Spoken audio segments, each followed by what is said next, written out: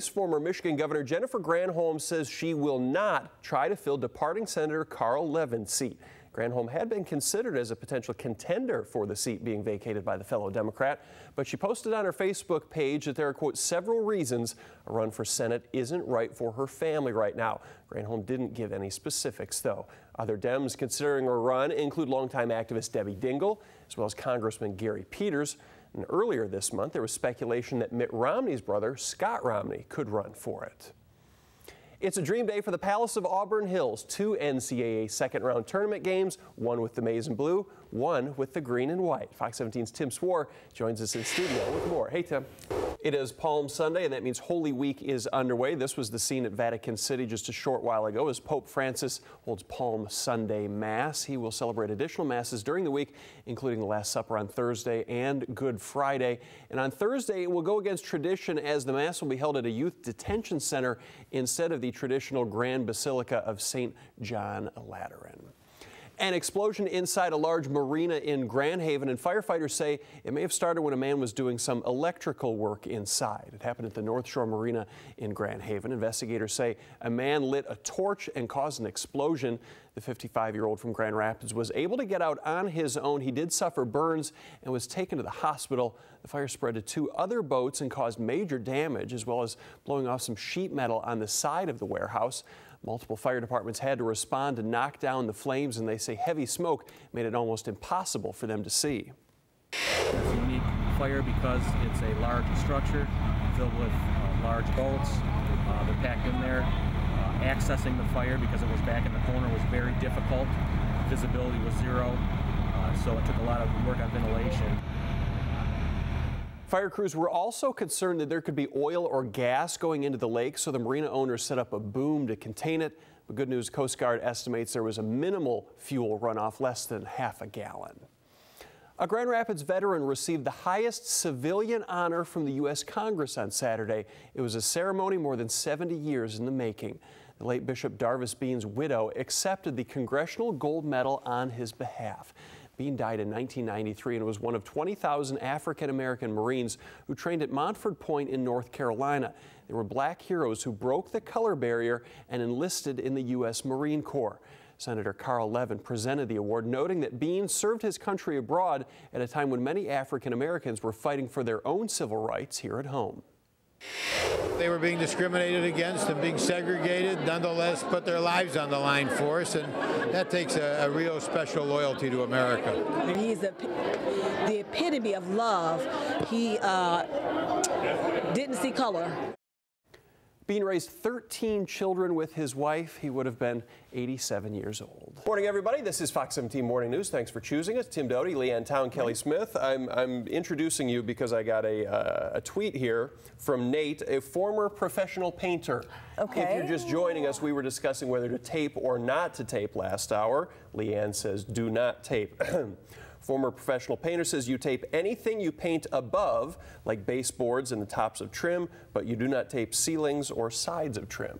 You know what? Thank you for Nate. Or if you're Leanne, you tape nothing because evidently you have I have a steady hand, and I'm 5'4", my husband's 5'4", so getting a ladder to get to the peak is pretty interesting. Oh yeah, and you have really tall ceilings. Yes, in the cathedral ceilings. So it's I got the paint where it should be. Now there's just leftover tape that I can't. Bottom line, the painting is never as easy or fun as they make it look like on HGTV. That's what I said. Oh, it's the easiest thing ever. We're having a party. Everybody's coming over to paint. Party. Yeah. My painting party is calling Nate. Then the magic of editing, it takes about 5 minutes. And you can see I left some of the toilet paper on there. It's just for a little decor. That's hygienic, sure, because it came out of the bathroom here at the station. And I just put a little bit of some tape, and then inside I have my money and my lipstick, so it's a little purse organizer.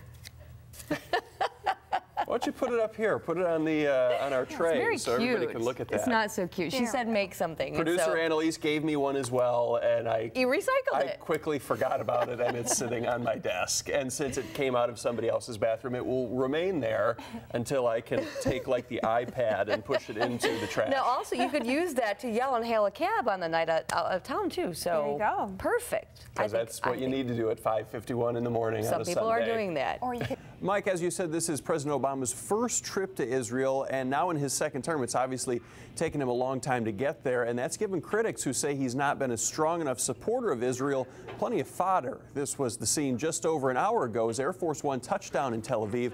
President with a big smile on his face as he's warmly greeted with a handshake and hugged by Prime Minister Benjamin Netanyahu. The two have had a relationship that would probably best be described as icy over the years.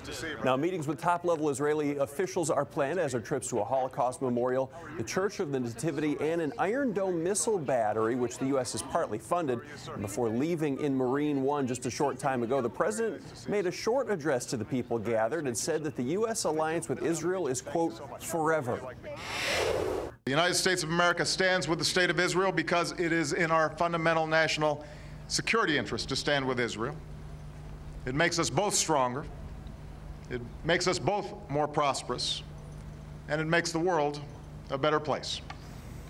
It is a short Middle Eastern trip for Mr. Obama, but he will be busy. In addition to his stops in Israel, he'll go face-to-face with Palestinian Authority President Mahmoud Abbas and the Palestinian PM before traveling to Jordan, where he'll tour Petra and meet with King Abdullah. In the newsroom, Tim Doty, Fox 17 News. Good morning, Sarah. Jody Snyder's body was found in the house he rented on March 9th. He'd been shot multiple times. Now we've learned that his landlord has been arrested. His name is Marion Kurt Conley. He's expected to be arraigned later this afternoon. Police won't give specific charges, but did confirm that he was arrested yesterday in Allegan County. Snyder, 37 years old, and he'd lived in the rented house for about 3 years with his teenage son. The crime scene was too graphic to show on television, but you can see Conley in this video when Fox 17 first reported the story. He spoke to our crew and showed them around, saying that he'd been working on some doors with Snyder the day before his body was found. Conley mentioned what he considered quirks in Snyder's behavior and actually laughed as he talked about the sheriff's deputies waking him up around midnight looking for answers. They searched my house, the dresser drawers, and went out in the garage and searched and everything. Billy said they was all over that garage and the basement and the house and looking for a gun. At the time of Snyder's death, police had said there was a good chance Conley was the last person to see him alive. Conley is being held on $765,000 bond. We will learn more about the charges he faces later this afternoon. And this is a story we've been following ever since Snyder was killed. To see more interviews with Conley prior to his arrest and to hear from Snyder's loved ones, head to fox17online.com and click the story there at the top of the page. We will have further updates throughout the day as they become available. Be sure to watch tonight at 5 and 6, as well as Fox 17 News at 10 for the latest developments. Morning, Mike. A lot of things brought shoppers out to Cabela's yesterday. Just the newness, the fact that we've been hearing about it for years, the grand opening specials, and of course the fudge. But as you mentioned, a couple of things may have stood out above all others: guns and ammo. When those doors opened around 11:15, the store said they had 55 Armalite rifles, ARs. When we checked back in 6 hours later, they only had 20 of them left. Shoppers we spoke to also pretty pumped up that the new Superstore had all the bullets and shells they needed. As we've talked about on Fox 17 News before, there's been a shortage recently, especially on ammo for .22 caliber guns. But Cabela's says they know the demand and are going to be prepared with a large supply. We're the #1 outfitter in the world right now, and we've got the buying power, and we've been stocking up for a little while, but the manufacturers are supplying us. They supply military first, and they're coming to us. Now, Cabela's also told us they have 50 employees on the gun counter alone. Many of them don't have retail experience, but what they do have is experience with guns in law enforcement or military.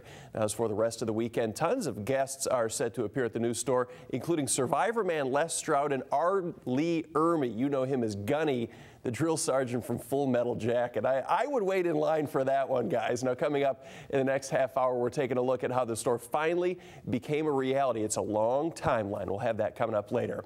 Live in the studio, Tim Doty, Fox 17 News.